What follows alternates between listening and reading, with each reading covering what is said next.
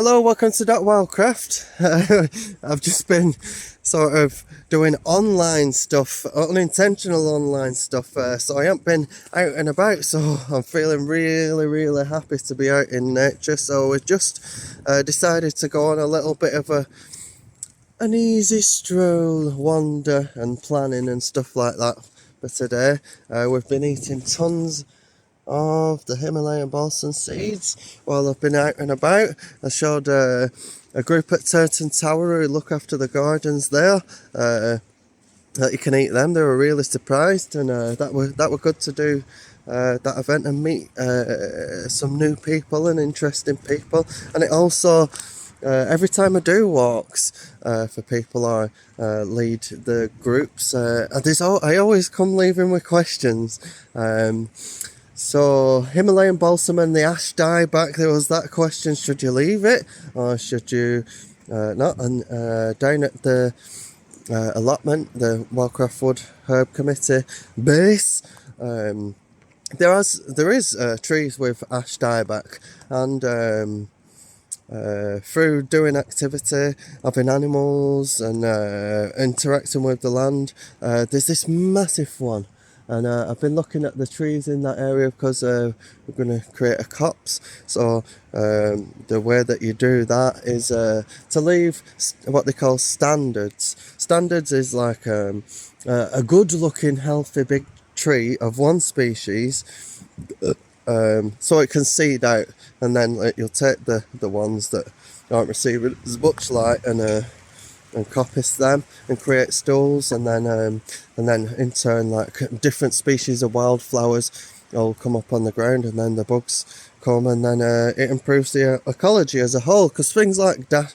So there has been like a monitor on this tree, and we're saying that it's bouncing back, it's fighting back, it's actually got an immune system. So that things like that are really cool to see, because usually the standard drill to Himalayan balsam is not eat the seeds, or ash dieback is just cut it down, get rid. There was another question about this tar spot on the sycamore, and it made me think, oh yeah, there's usually something missing in nature that brings about disease. A link, maybe an insect has disappeared that sort of has caused it, or maybe an animal has disappeared. There's a link in the chain that usually disease, or maybe they've run out of control and the disease needs to be there. So constantly thinking about these things. Now we just noticed it looks like a bloody oasis. Does look at that. And I've never seen these mushrooms pop up. Look at all the moss is taking root here. It'll be like a moss lawn. Now this is what Rick called this mushroom? Sheafed wood tuft or something. Sheafed wood tuft it were. Now this is mostly dock. Yeah, so I haven't seen that before. I have seen another, so that's like the bigger version of it. Now let me just explain about what this dock is doing, and because I keep on mentioning it, but I haven't explained its purpose. And the purpose of having various species, I've already mentioned why you should have various species things, to bring in different things, and then to bring in different things on top of that, rewilding. But the dock, it's known as a dynamic accumulator. So underneath, so here, it hasn't got to seed yet, but so we've just chucked seeds about. Now there's this were all chock-a-block with all wild garlic, so hopefully in spring the wild garlic will come up again, and we'll be able to get an harvest off that, and that'll in turn, everyone knows the wild garlic, so that'll be a good like sort of tourist that'll bring people there. So we should make a special sign for that if it does come back up, but we planted it along here for tests, and just putting the bulbs in, it does come up the following year, so that's good even without the soil amended. So that's really good to know. Anyway, so what is this doing? You see how this looks like a rhubarb here? Well, it's in the rhubarb family, and you can make pectin out of that to thicken up your jams at this time of year once you've harvested the fruit. Now, this will all die back, so that'll put a mulch on top of the ground and different nutrients from further down, and processes interacting with and then bring in more mycorrhizae that are hiding and made home now, and soil beasties that have made home in the biochar that we've made up here. And then the root will also stay in the ground, and that'll also rot eventually. And then the worms can eat that, and different bugs can eat it. But it also saves you turning the soil with a spade. Like, you see, this was like at the Turton thing, and a lot of other places, allotments, and the common practice is to, and I got a calendar for the allotment, and the campaign and the wars was dig for victory, and like that is seems to be like the common thing. It's like you have to dig it. Like I mentioned about green manure. Green manure is putting a blanket on the soil. In nature, the soil does like a blanket, and that was one of the things that I brought up with the Turton group. I looked at the soil, and it was all bare. And just coming up to winter, you'd want a blanket on as well to keep warm and whatnot. But it was all bare. You see, over here, it's like wants a carpet of moss and leaf fall, and this is like a totally new, unamended area, but like it wants moss. This wants, grass and dock to shade it, and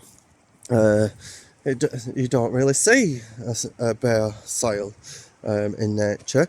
There's always a little blanket there, unless it's very, very, very, very new. And anyway, and that is just to keep moisture in, and it has a function. And so the group was cutting it down, and just to make it look tidy, and it's a standard garden allotment, whatever practice anyway. So taking the organic matter that can harbour beasties and be food for creatures and shelter for creatures as well, that'll in turn burrow into the soil, and the soil's alive. I like to think of it like as if it's like a living slime monster. It's like when you walk over it, it goes, it jumps out, puts out little tendrils and drags it in.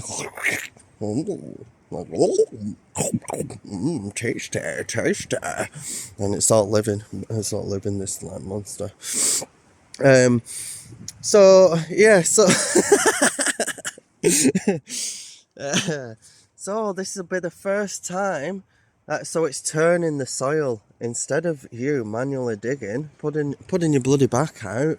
That's doing it for you. The plant's doing it for you, and in turn it's putting organic matter back in the soil, and then the creatures can come and eat that as well. Like they say about insects, planting native species to draw in native insects. Now, but what about the stuff that you can't see? What's evolved with the native plants, like it's all the wildlife trust and all that goes on about like the stuff, the aerial parts of the plants, and it's needed to draw in a butterfly because it's rare, or this beetle that it's rare, or the larva that's on a different plant because it's got different life cycles. But what about the under part, which is the most important part, really, isn't it? Because if you don't have good soil, then the plant can't grow anywhere.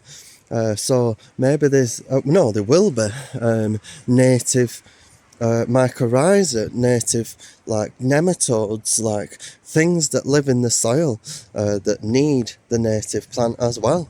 So it's all linked. Now, let me just show you what has come up, because this is like the bloody Garden of Eden now compared to how it was with our activity, our rewilding activity. So I can't wait to see it next year. It's going to be awesome. Look at all these different foxglove. But this is one that I haven't seen before here. Not like this anyway. Now, I think this is the bindweed that we've put in. But look at this. Now, I was just talking to Steve about ivy.